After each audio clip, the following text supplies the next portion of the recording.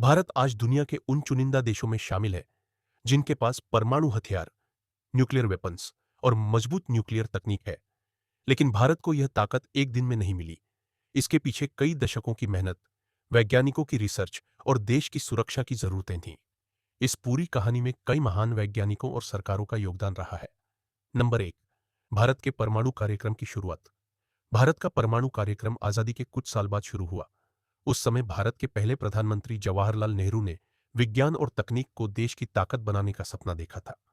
इस मिशन को आगे बढ़ाने की जिम्मेदारी महान वैज्ञानिक होमी जहांगीर भाभा को दी गई। 1948 में भारत सरकार ने atomic energy commission of India की स्थापना की।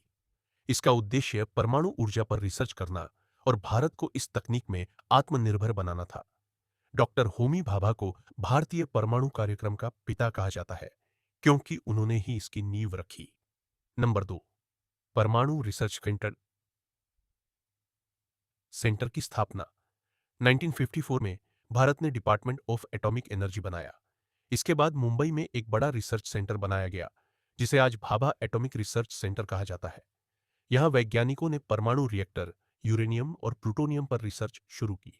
शुरुआत में भारत का उद्देश्य परमाणु ऊर्जा का शांतिपूर्ण उपयोग था, जैसे बिजली बनाना और वैज्ञानिक रिसर्च। नंबर तीन, भारत को किन देशों से मदद मिली। भारत के शुरुआती परमाणु कार्यक्रम में कुछ देशों ने तकनीकी मदद दी।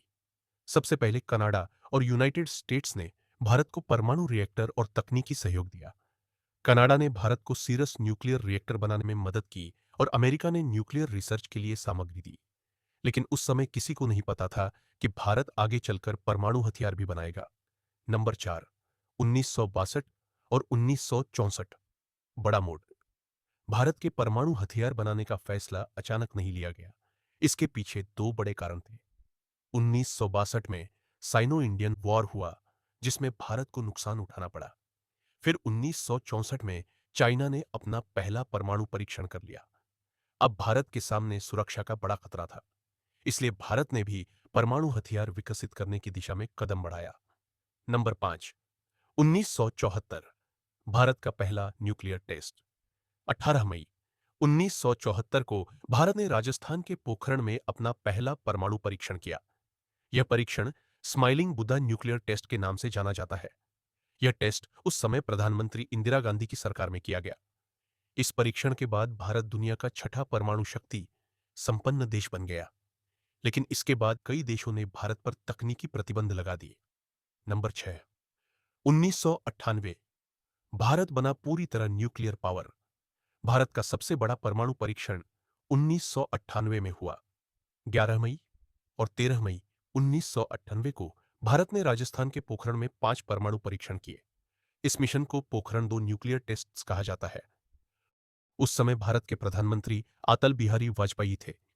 इस मिशन में भारत के महान वैज्ञानिक एपीजे अब्दुल कलाम और आर चिदम्बरम की बड़ी भूमिका थी।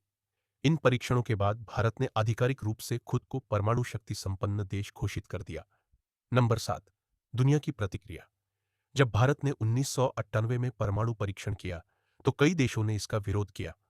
विशेष रूप से यूनाइटेड स्टेट्स, जापान और ऑस्ट्रेलिया ने भारत पर आर्थिक प्रतिबंध लगा दिए। लेकिन बाद में भारत की बढ़ती ताकत और रणनीतिक महत्व के कारण कई देशों ने भारत के साथ समझौते किए। नंबर 8, भारत की न्यूक्लियर नीति। भारत की परमाणु नीति बहुत स्पष्ट है।